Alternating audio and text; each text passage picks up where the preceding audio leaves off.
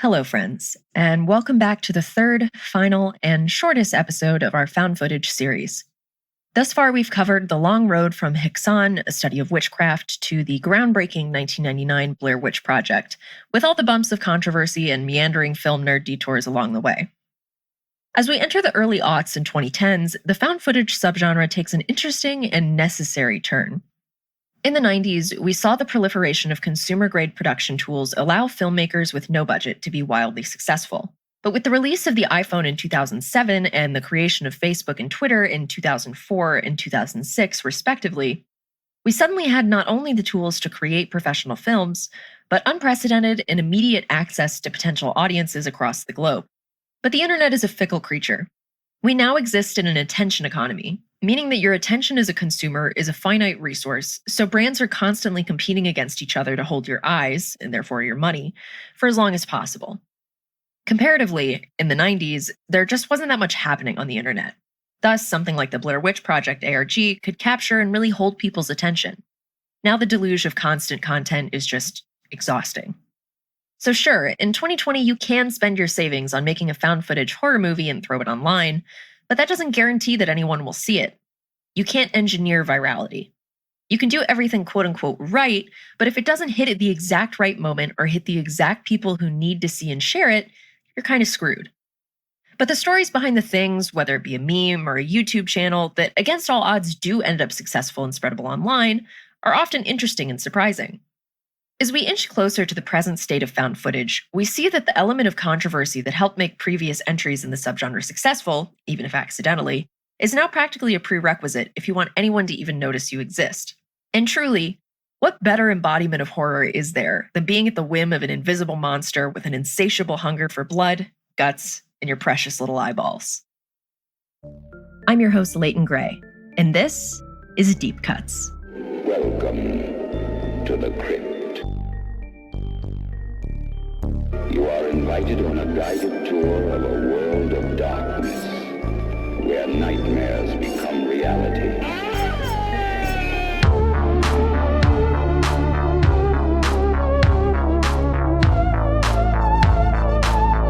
Here's Johnny.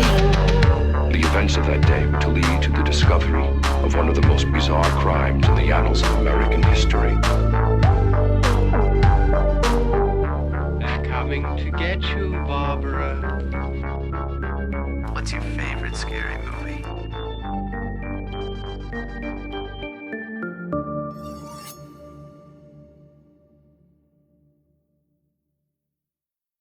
Let's start with an entry in the genre that feels like a true staple of mid-aughts horror, found footage or otherwise: Paranormal Activity. Particularly striking is that unlike a lineage of ghost stories that take place in creaky Victorian mansions or abandoned houses, Paranormal Activity brought the horror of possession into a setting that the average person could relate to: the suburbs. Add in the level of vulnerability that demonic stuff happening in the most personal space possible, the bedroom as you're asleep, it's hard not to relate to how grounded that fear is. The inception of this idea came from director Oren Peli's own experiences moving into his suburban home with his girlfriend, getting spooked by bumps in the night, and setting up a camera to figure out what was causing the noise. It certainly wasn't a demon, but he decided to pursue the idea as a horror movie, shot as cheaply as possible. So after some renovations, brief casting, and their team of only 3 crew members, including Peli, they shot the film in 7 days. The shoot cost $15,000. Stars Mika Sloat and Katie Featherston were paid $500 each. The casting process, much like the one for the Blair Witch Project, was rigorous in its search for 2 people who could improvise the entire movie. Let's take a listen to Mika and Katie's audition tape. Hey, babe. $6,000. What? Hey, check out this camera. Wait. Well, no, you're kidding me, right? Don't you do that? Hey, don't be shy. Hey, wait. I want you to be talking about stuff. Here we go. Wait.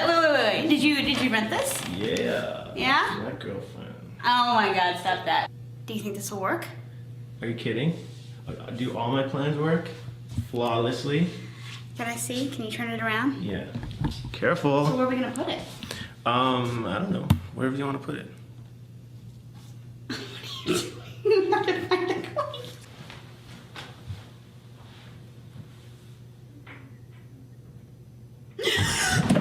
Jesus. Oh my god. Look, Oh my god. relax. What's going on? No. You had a Look. nightmare. No. Look. Jesus Christ. Oh my god. Oh my god. No. Jesus. No, All right, gotta stop. okay. Something's here. No. We have to go right now, please. Please. I'm so scared. down. Please. Calm down. Please, let us go. calm down. Please. Let's go right now. You have Right. to tell me what's going on. It's Okay? here. It's here. What's Something's here? I don't know. What's Okay, here. babe, you have to look at me. Tell me what's going on. Let's I not want get to go. help. I want to go right now. All I right. can't do this anymore. All right. I can't do this. Oh God. Oh It's gonna be God. okay. You don't know, and you don't believe me. I can't do this anymore. I cannot stay here. I cannot be around this. Please, take me. We'll go. We'll get in the car. We'll go somewhere. We'll just go to a motel. Okay. The filmmakers held an initial screening at Screamfest, an independent horror festival hosted at the Chinese Theater in Hollywood, where the filmmakers knew they could create a base audience of hardcore horror fans with a vested interest in the genre. It was very popular with critics and horror fans alike, with the Best Lead Actress award going to Katie Featherston. Among the audience was film critic and producer Steven Schneider, who shared the film with fellow producer Jason Blum, founder of Blumhouse Productions, who continued to use his influence to spread the word about the film throughout the industry.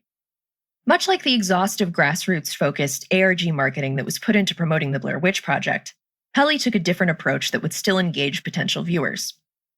With the buzz from Screamfest already established, they launched an ingenious campaign to find targets for limited release.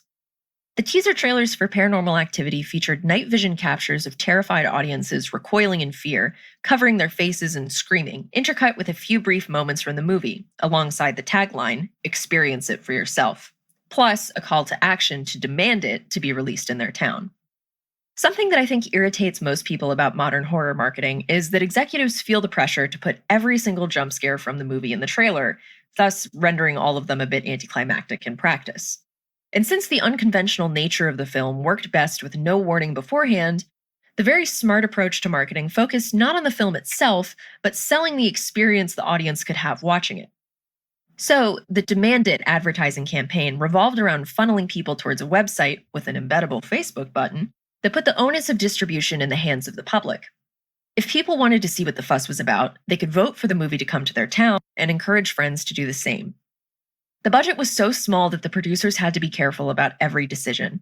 So by allowing potential viewers to provide direct, free, valuable market research on their age, location, and interest, they were able to target distribution at areas where they knew they could move tickets. The promise touted by the website was that if 1 million people demanded it, Paranormal Activity would release nationwide, and, surprise, they hit that benchmark really fast. It started with 7 screenings in the US, expanded to 12 more college towns, then 20 more cities, and within a month, in October, right before Halloween, it was released nationwide. A decade after the release of the Blair Witch Project, Paranormal Activity put found footage back on the map. It jump-started the Blumhouse Productions approach of giving out small budgets to independent filmmakers en masse and throwing as many things as possible at the wall to see what sticks. And of course, the success led to 6 more entries in the Paranormal Activity franchise, which all have been financially successful, but increasingly lackluster. I would wager that a lot of the found footage fatigue these days is inspired in part by the lazy follow-ups that not only lack the passion of the initial film, but also are bending over backwards to justify the found footage premise rather than building the story around the approach in the first place. On the topic, Jason Blum himself says, quote, "In general, a found footage movie is harder to do than a traditional movie. I think for found footage, the idea has to be an idea that can't be told any other way. So if I'm talking to a director and they say, I can do this found footage or I can do it traditional, I'll always encourage them to do it traditionally. Shooting a movie found footage causes more problems than it solves. It's very practical, it's not a creative thing." End quote. And while I think the oeuvre of films he's produced slightly contradicts this statement, there is a nugget of truth there. The best entries in the genre erupt from pure passion, and the medium of found footage being at the core of the idea thematically. Cannibal Holocaust is about the recovery of footage from a documentary crew. Same with Blair Witch. Ghostwatch literally only works as a nighttime BBC investigative special. I'll also argue that Unfriended, which is a good movie, is a story that can only be told through a screen capture of a laptop. You can see how clear this becomes when you look at movies that are, in my opinion, not successful with this, like The Last Broadcast. If you suddenly have to break diegesis and switch to shooting traditionally to continue the story once you get to the climax, it probably shouldn't have been found footage in the first place. Even though we all get tired of seeing moments in found footage where the camera is placed in an overly convenient way and everyone's like, who would do that if they're getting murdered? Which, true. I would rather suspend my disbelief to buy into that than see the filmmakers just give up on the core premise of their movie.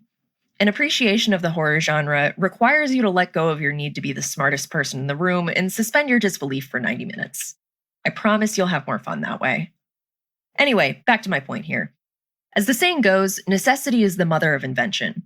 Night of the Living Dead, as mentioned in our first episode, was shot on black and white film not as a stylistic choice, but because they couldn't afford color film.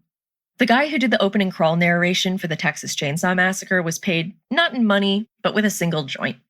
The iconic poster for John Carpenter's seminal 1982 classic, The Thing, was painted overnight without any press or reference photos and was shipped while the paint was still wet. All that to say, you have to use limitations to your advantage. Found footage is inherently a workaround to the studio system, a way to make a no-budget movie seem big budget. So why not just attack your creative problems from a different angle instead of taking the easy way out? You might just turn $15,000 into $193.4 million at the box office, which, and I'll say it again because it blows my mind, makes Paranormal Activity the most profitable film ever made, independent or otherwise. And then that spun into a franchise that has worldwide grossed over $890.5 million.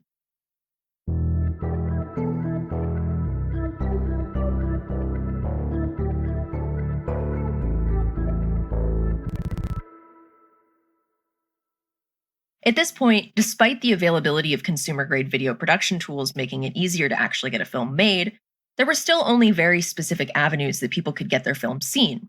Festivals, knowing the right people, blood pacts with Satan, etc. So to work around that, what would happen to found footage if there was suddenly a way for anyone, anywhere, to make their films instantly accessible around the globe? At this juncture, the subgenre needed to either change or die. And so it changed. YouTube was launched on Valentine's Day 2005 with the slogan "Tune in, hook up," because, at its inception, it was an online dating service with a focus on videos. They were met with a less than enthusiastic response, which led to them turning to Craigslist to pay women $20 to make videos for the site. A tempting offer to be sure, which, shockingly, no one took them up on. So in the wake of the legendary Janet Jackson-Justin Timberlake Super Bowl nip slip and its lack of availability online, creators Chad Hurley, Steve Chen, and Joed Karim saw the blank space on the whiteboard of the internet. What if there was a way for anyone to share videos online in a centralized hub? The dating service element was ditched, and within months it became one of the fastest growing websites on the internet. And that, my friends, was the nipple that changed the internet forever. The first YouTube video ever uploaded was an 18-second clip posted by Joed Karim called "Me at the Zoo." Here is that legendary and genuinely historic clip. Alright, so here we are in front of the elephants. And the cool thing about these guys is that they have really long fronts, and that's cool. And that's pretty much all there is to say. In 2006, and for years after, the most viewed video on YouTube was in fact not nipple related, but a video called "Evolution of Dance," which, at this point, some of you might not even have been born yet. It's literally just a -5 megapixel video of a dude in an orange Crush shirt dancing to a medley of popular songs with all the grace of your best friend's dad tearing it up at a middle school dance. That shit was the height of comedy. Anyway, this is all just trivia. Again, you're a captive audience. I can do this all day. What I'm really getting at here is trying to set the stage for something the internet had never seen, its first web series. On June 16th, 2006, a 16-year-old girl named Bree posted her first vlog to her YouTube channel, Lonely Girl 15. Hi guys, so this is my first video blog. Well, I guess a video blog is about me. My name is Bree, I'm 16. I don't really want to tell you where I live because you could stalk me.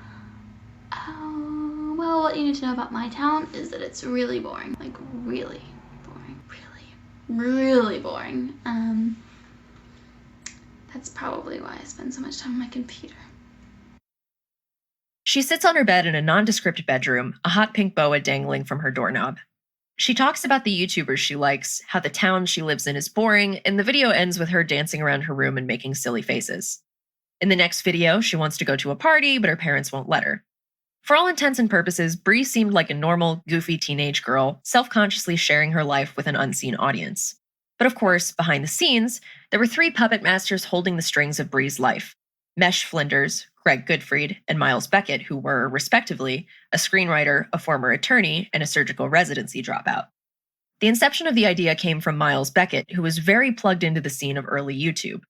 Virality at the time was a bit of a mystery. The most viewed YouTube videos of 2006 included Laughing Babies, Numa Numa Guy, and a pre-smosh Ian Hecox and Anthony Padilla as literal children lip-syncing to the Pokemon theme song in their bedroom. If you had a webcam and a bit of enthusiasm, you could rack up millions of views. Beckett and the other filmmakers paid close attention to the confessional style of popular vloggers. But this all gave him an idea. What if you could use the format of a video blog to tell a narrative, and how long could you get the audience to buy into it? To make it believable, they needed an actor who was naturalistic and an excellent improviser. They quickly found actress Jessica Lee Rose, who was 19 at the time, but passed for 16. The first 2 videos posted to the Lonely Girl 15 channel were meme video responses to other popular YouTubers, which just added to the veracity and feeling of normalcy of the channel. Then came the vlogs, filmed in Rose's actual bedroom with a bit of set dressing. Due to the wild, wild west nature of YouTube at the time, Lonely Girl 15 stood out for her goofiness and candor, and quickly became one of the most popular channels on YouTube. So this was prior to the days of custom YouTube thumbnails, so the creators figured out a way to game the thumbnail scrubbing algorithm to optimize how to get the most thematically accurate and attention-grabbing images. Now, this is just basic stuff that even your average 12-year-old Minecraft enthusiast can whip up in a pirated version of Photoshop. But back then, this was a huge deal, and it actually worked. They also figured out that comment sections would count responses from the creator as actual discussion, and would cause the videos to trend if they were active there. Plus, it fostered a sense of intimacy that doesn't really feel as possible now with the current nightmare hellscape state of YouTube comments. Remember that? Remember when the description for the video was on the right? Memories.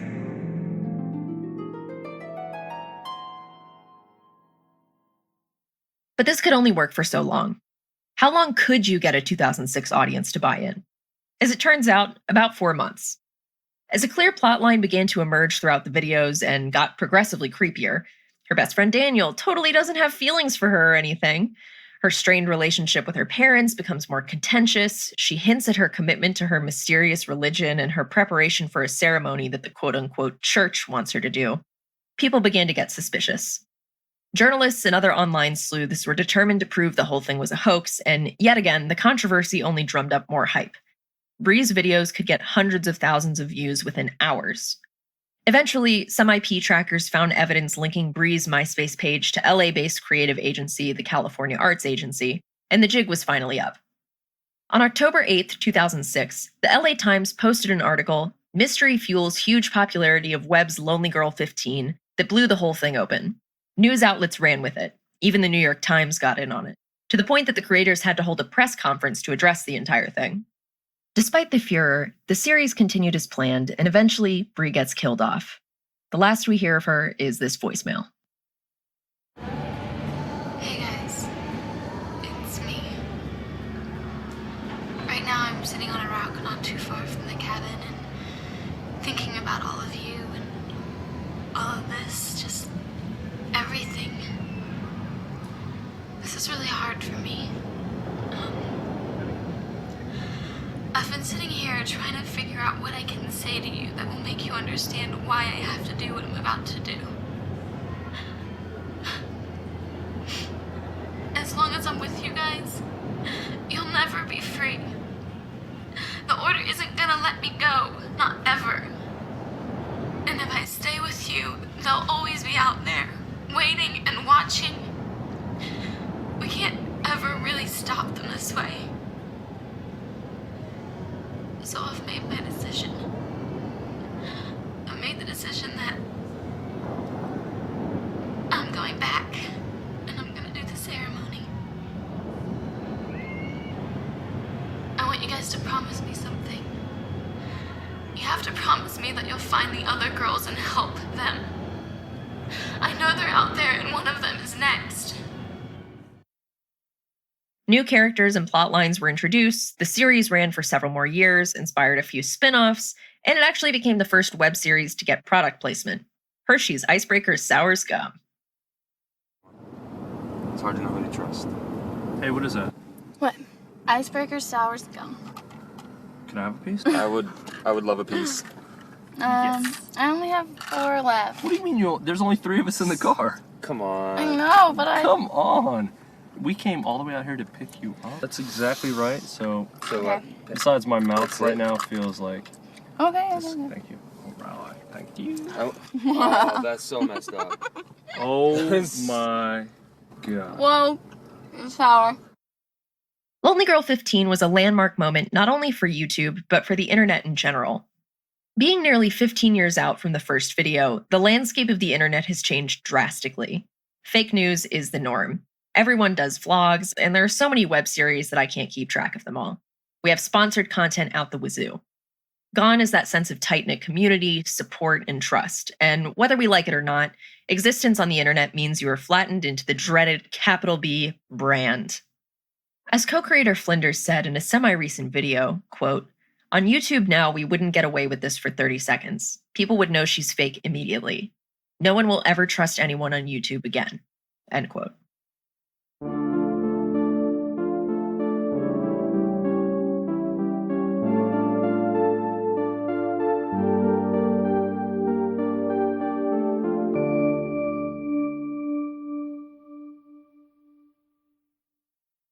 Web forum Something Awful was the multi-headed broodmother of a bevy of internet phenomena, including Let's Plays, You're the Man Now Dog, Photoshop battles, 4chan, countless memes like All Your Base Are Belong to Us, @Drill, and not to mention a generation of overly cynical internet denizens.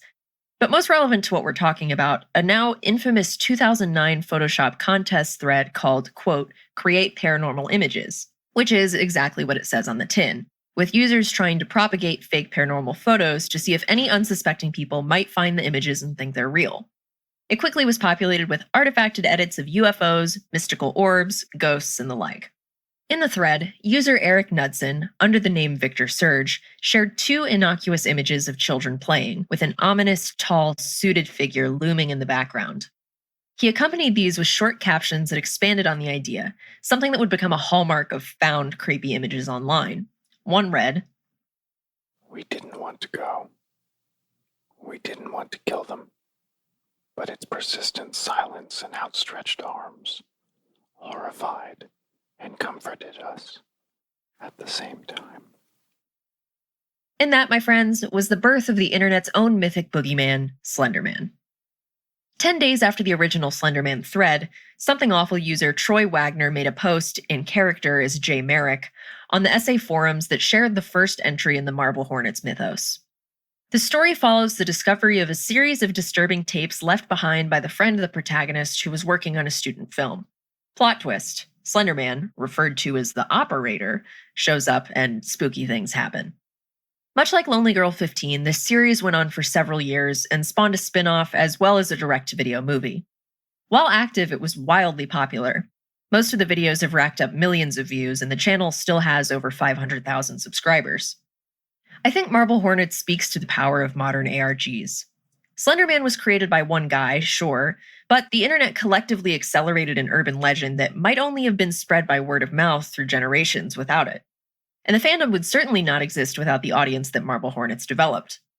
The collaborative nature of the mythos fueled the fire, with thousands of people contributing their own theories and iterations, such as numerous blogs, other horror series like Everyman Hybrid, Tribe 12, The 4 Steps, video games like Slenderman Arrival and Slenderman The 7 Pages, and of course the absolutely dreadful big-budget Slenderman movie, which I think inherently couldn't work as an extension of the story because a big-budget movie removes what's essential to it: an amorphous, DIY, collective imagining that the audience builds together.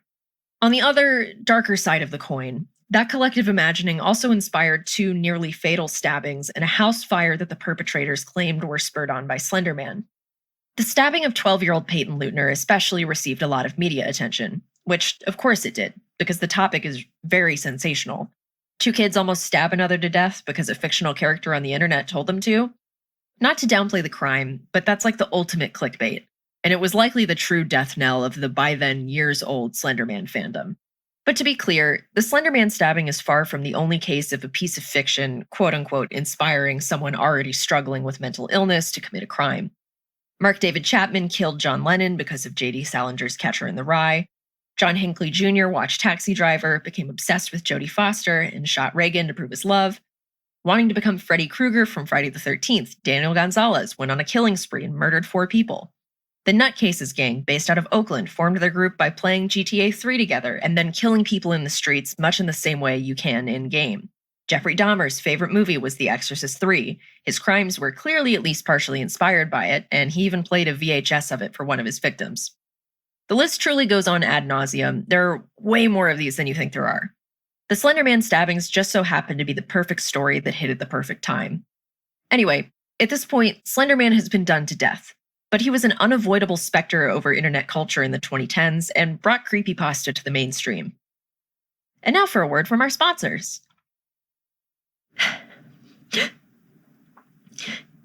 Hey guys, in light of everything that's been happening, I just wanted to issue a formal apology to all the Deep Cuts listeners out there. I messed up. And I'm sorry.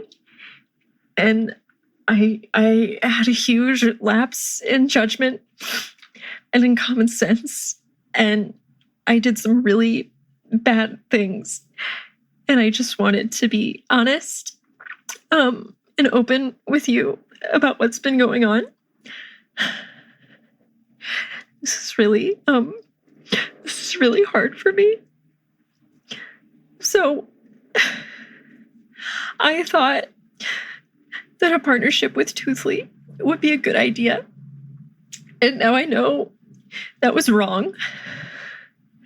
I don't know why I thought working with a company selling questionably real teeth would be okay to do. But they sent me a bunch of free teeth. And how could you say no to that? And then I got that call from the FBI about there being evidence in an ongoing case. And that was the worst day of my life. And then we found out that the class action lawsuit was happening, and it was great. And then they found out that it was being thrown out because of a conflict of interest, and then we weren't even going to get any money.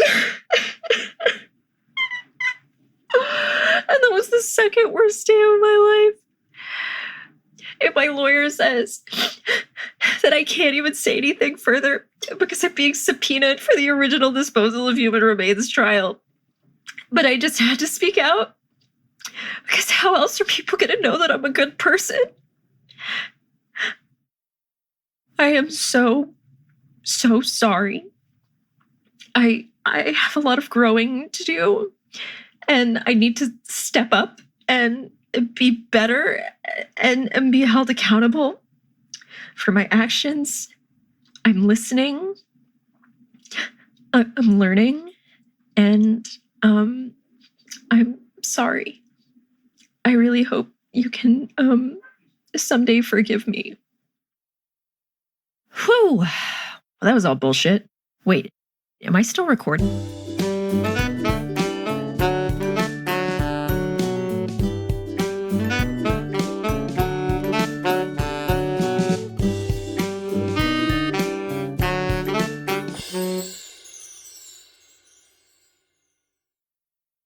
In the year 2017, post Lonely Girl 15, post Marble Hornets, how do you innovate on the concept of taking a creepypasta, running with it, and turning it into a found footage ARG without feeling trite?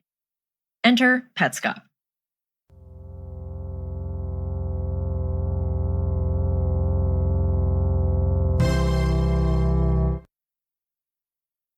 Alright, so this is just to prove to you that I'm not lying about this game that I found. I'm just gonna walk you through everything that I've seen so far, and obviously to be exactly as I described it, because this is it. Using the format of a casual YouTube Let's Play, Petscop is about a guy named Paul who found a weird PS1 video game called Petscop, and is making a playthrough to show to his unnamed friend to prove that it's real.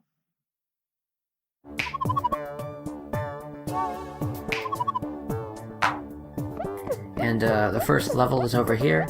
I'm just gonna keep going a bit here so you can see that the game is apparently unfinished because there's nothing over here. So, I'm just gonna show you the one and only level. This actually is not the interesting part, but I'm just gonna show you, I'm gonna walk you through all this so you can see that this is exactly what I described. Those familiar with the tropes of creepypasta may recognize this setup. Person finds a copy of a popular video game. The video game is haunted. Characters' eyes turn red, and bad things happen. And if you don't copy the story into all of your friends' pages, evil possessed Wario is gonna come to your house and stand at the foot of your bed or whatever the fuck. I'm a Wario. I'm gonna win. For other examples of this, see Ben Drowned, the NES Godzilla creepypasta, Sonic.exe, and just so many others. The difference here is that unlike a typo-ridden block of text, Petscop takes the idea and fleshes it out. Why read about a haunted video game when you can watch it being played in a format that YouTube viewers typically associate with lighthearted escapism in a way that takes advantage of the viewer's expectations of Let's Plays? While it's convincing, the series wears its unreality on its sleeve. It doesn't do much work to convince the audience it's real, and it doesn't really need to. Petscop has a great soundtrack, really original visuals, a compelling performance by the main character, and the love that went into making a fake video game from the ground up, obviously just at a cosmetic level, is honestly really impressive. It gets the audience involved by posing questions and not answering them, making the whole thing ripe for some ARG action. While trying to unravel the mystery behind Petscop, fans clocked that there were multiple references to the case of Candace Newmaker, a 10-year-old girl who was smothered to death during a controversial and now very illegal therapy process called rebirthing. Petscop revolves around the themes of child abuse, neglect, and the pitfalls of the adoption system, so it seems like a natural connection to make on the part of the creator. There was a lot of speculation and controversy over the references to such a grisly case, with the complaints being that it was exploiting a tragedy for shock value. Creator Tony Domenico has since stated that while the references to the Newmaker case were intentional, he now regrets them. That said, while the furor might have been unintentional, that controversy surely fueled interest in the series. Beyond Petscop, even real video games have gotten in on the found footage approach. Sam Barlow's games Telling Lies and Her Story use a desktop simulator as means for the player to piece together a mystery by searching through archives of police interrogations, on-the-street recordings, and webcam footage. The horror series Outlast is framed from the perspective of an investigative journalist with a camcorder, with a core mechanic revolving around using a night vision camera to see monsters. Indie developer Puppet Combo's The Riverside Incident is a short walking simulator presented through the lens of a camcorder in Puppet Combo's distinctive retro style where, spoiler alert, it's revealed that instead of a murderer coming after you, the player is the murderer. It's pretty cute. With all of these video game examples introducing player agency into a found footage narrative, it emphasizes the inherent voyeurism of the subgenre and adds a level of complicity that I find really interesting. Petscop, Marble Hornets, and Lonely Girl 15 have all pushed the envelope and expanded how we consume found footage in a way that opened a door for other internet-based found footage experiences. We've even seen the format move into stories on Twitter, like comic artist Adam Ellis's Dear David threads, or through Snapchat, like the infamous Reddit post, quote, "Took a Snapchat for my friends. Something in the background has me freaking out. Thoughts?" End quote. That particular post is a story from Reddit's hub for creepypasta, r/nosleep, by user Skinna555. The original poster shares videos he took on Snapchat that seem to have disturbing figures in the background. The saga becomes heavily integrated with the sleuthing of commenters and real-time updates, with the prevailing theory being that OP is dealing with a home invasion and might be in danger. Of course, this was just a really expertly executed creepypasta, but it's again an interesting innovation of combining Reddit and Snapchat and user input to create a story. In parallel, studio productions have pursued internet-based desktop simulator found footage films as well, with movies like The Den, Megan is Missing, The Unfriended movies, which are good actually, and Searching, which is bad actually, attempting to iterate on the idea. In the sequel to one of my favorite found footage movies, Creep 2 follows a YouTuber who puts herself in danger to get her channel off the ground. That probably sounds hacky, but in practice it's very fun. These types of movies generally seem to be pretty hit or miss, in my opinion, because they often come off as people who are out of touch making movies that demonize technology. But that said, if you can look past that, they're really fun. And now, with so many film and TV productions suspended due to safety concerns and much of our work and social lives now taking place over Skype and Zoom, we're already starting to see a bit of a resurgence in this style of filmmaking with more desktop simulation movies like Host. Again, this is a true case of necessity being the mother of invention.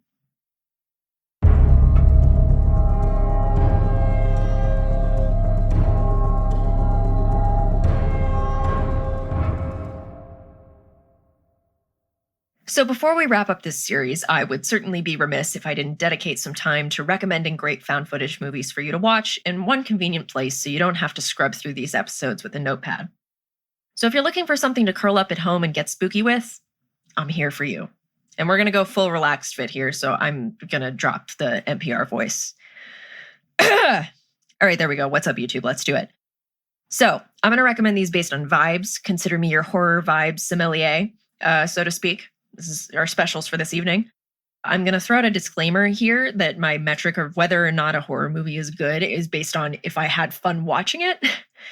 So while a few of these recommendations might not be, the pinnacle of filmmaking, I really think they're worth checking out just because sometimes you want to have a nice time watching something silly. So yeah, here we go. I'll start with my favorites and what I think are the strongest entries in the genre. If you watch anything that I've mentioned throughout this series, if you haven't seen it already, Blair Witch Project, just do it. It's great. And Ghostwatch, absolutely. I think if I had to choose a personal favorite in terms of found footage movies, I would go with the Poughkeepsie tapes because it really is that perfect balance of fucked up and tongue-in-cheek. And if you like Forensic Files or any sort of true crime documentary, it's just like, what if that, but we had actual fucked up video of the murders? I don't know if that's a great pitch. It's very good, and you should watch it. And then the director who we talked about in the last episode went on to direct As Above, So Below, which is another super fun found footage movie that's a fun trek through the Paris catacombs with heavy Indiana Jones vibes. Additionally, the 2007 Spanish Rec, which is bracket, R-E-C, bracket, like recording, is probably one of the best, if not the best, found footage movies ever. It's a great quarantine watch, considering it takes place with the filmmakers trapped inside of an apartment while a virus infects people and makes them wild out and start killing each other. Actually, now that I say it, it might be a very bad quarantine watch, but it's a great movie. Another one of my favorites is Noroi, The Curse, which takes a really fun approach by being a mockumentary about a guy, a paranormal investigator who goes missing while searching for ghosts. It's super fun. I'm a huge sucker for any sort of ancient demon narrative, and the movie is just chock full of very original and memorable imagery. If you're new to horror, want something that's just a little bit scary or you spook easily, I have a few recommendations for you. These are usually my go-tos when I'm first trying to get friends into horror for the first time, and maybe these will boil the frog for you too. You'll be watching Hostel and Martyrs in no time. Or not. Up to you. Anyway, first up is Creep, which, as mentioned, is a super low-budget movie starring Mark Duplass. It follows a filmmaker answering a Craigslist call for a videographer and venturing to a cabin in the woods to meet an eccentric man who wants him to help make a video for his unborn son because he's dying of cancer. As the day progresses, that story begins to fall apart. Things get creepy. I won't spoil any of it. But Duplass gives such a great performance, and it's a really cute movie. Of course, I call a movie about murder cute. It's just how I am. So the sequel, Creep 2, follows another videographer getting tangled up with Duplass's character, and it's just as fun as the first. Another great diet horror movie that I'm personally not the biggest fan of, but that most people I know love, is the Australian Lake Mungo.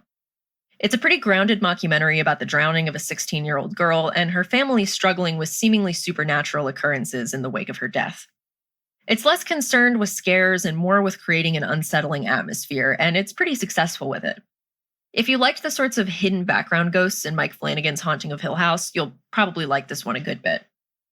Another semi-serious mockumentary-turned-horror style one is The Taking of Deborah Logan, which is meant to be a medical documentary about a woman's struggle with Alzheimer's, but that slowly turns into a possession narrative. The special effects and imagery in this one are just, chef's kiss, and I really do think about them a lot. On the complete opposite end of the spectrum, if you want something brutal that's probably going to ruin your night, obviously Cannibal Holocaust is a great pick. You also have Megan is Missing, which truly is a god-awful desktop simulation exploitation movie that I won't explicitly recommend. I'm just saying that it sucks, but I really enjoyed it. So, there you go. As I mentioned a few times in this series, Be My Cat, A Film for Anne is another no-budget, particularly messed up found footage film that really hinges on an excellent performance by the writer, director, and lead actor.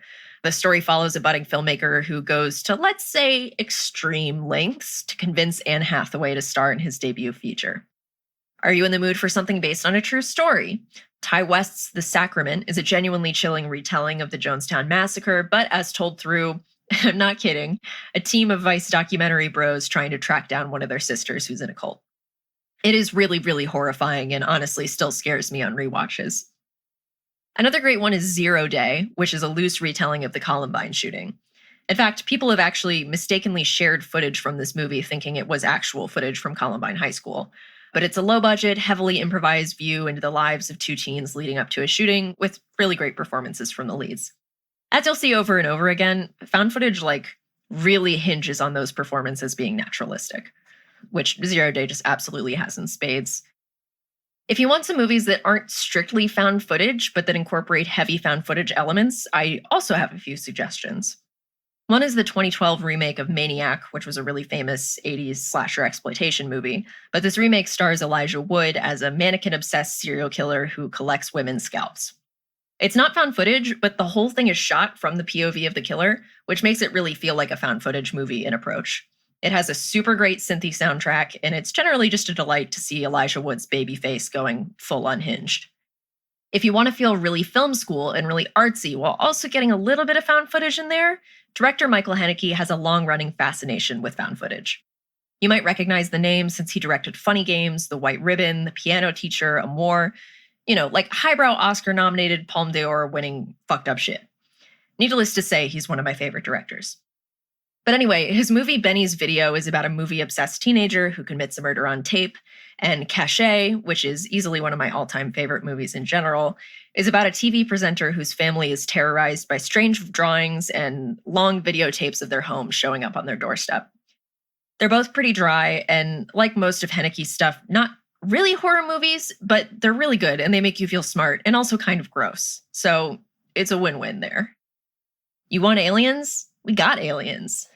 Alien Abduction Incident in Lake County is awesome and highly recommended. Additionally, and this is one of the not actually good but pretty fun movies, The Fourth Kind starring Mia Jovovich is a great, silly time. And finally, if you want something less spooky and a bit more on the fun horror comedy side, check out the WNUF Halloween special. It's a very by-the-numbers parody of Ghostwatch, but what's really special about it is that it's mostly commercial breaks that perfectly capture the feeling of watching late-night TV in the 90s, replete with ads for local businesses and as-seen-on-TV products. It's not an incredible movie, but it was made on a budget of $500 and is a pretty fun watch even though it's ultimately underwhelming. For a more traditional horror comedy, Behind the Mask, The Rise of Leslie Vernon is a fun riff on Man Bites Dog, with a documentary crew following a funny and charming wannabe serial killer. Again, it's not amazing, but it's a fun watch with friends. Honestly, you should just watch Man Bites Dog, because that movie was really the blueprint for a lot of this stuff and is a delightful time. All right, that's all I got. There's some others I didn't mention here for time reasons, but if you want to see a written list of all the ones I just talked about and where to watch them, you can visit the link in the description.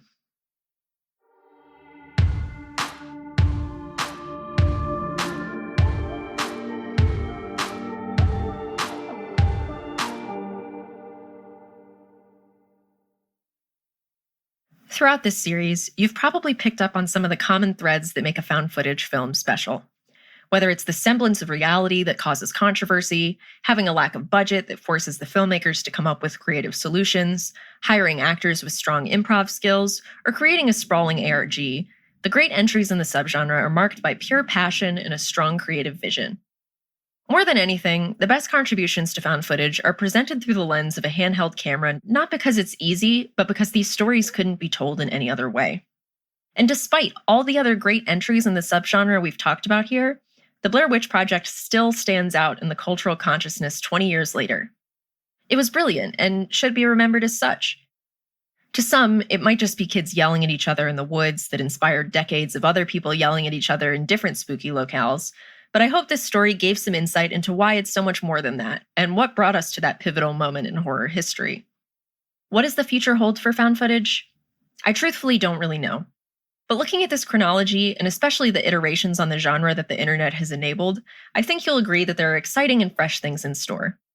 That's what makes horror fun. It continually morphs with the anxieties of day-to-day existence in a way that allows us to conquer our own fears, and have fun doing it.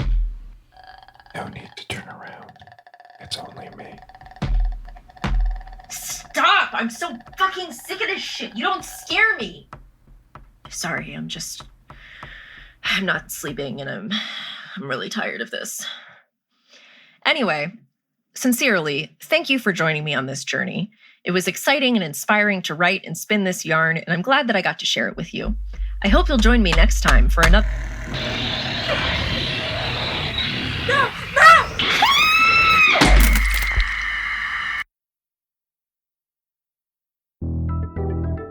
Deep Cuts is a Leighton Night podcast, written and hosted by Leighton Gray, and produced by Jarek Centeno, with music by Brian Weck, Leighton, and Jarek. For sources, transcripts, and info, or you can watch the movies discussed in this episode, visit the link in the description. Find us on Twitter at Leighton Night, and on Instagram at Leighton_Night. If you want to hear mini-sodes, sneak peeks, or other random bullshit, find us on Patreon at patreon.com/Leighton Night.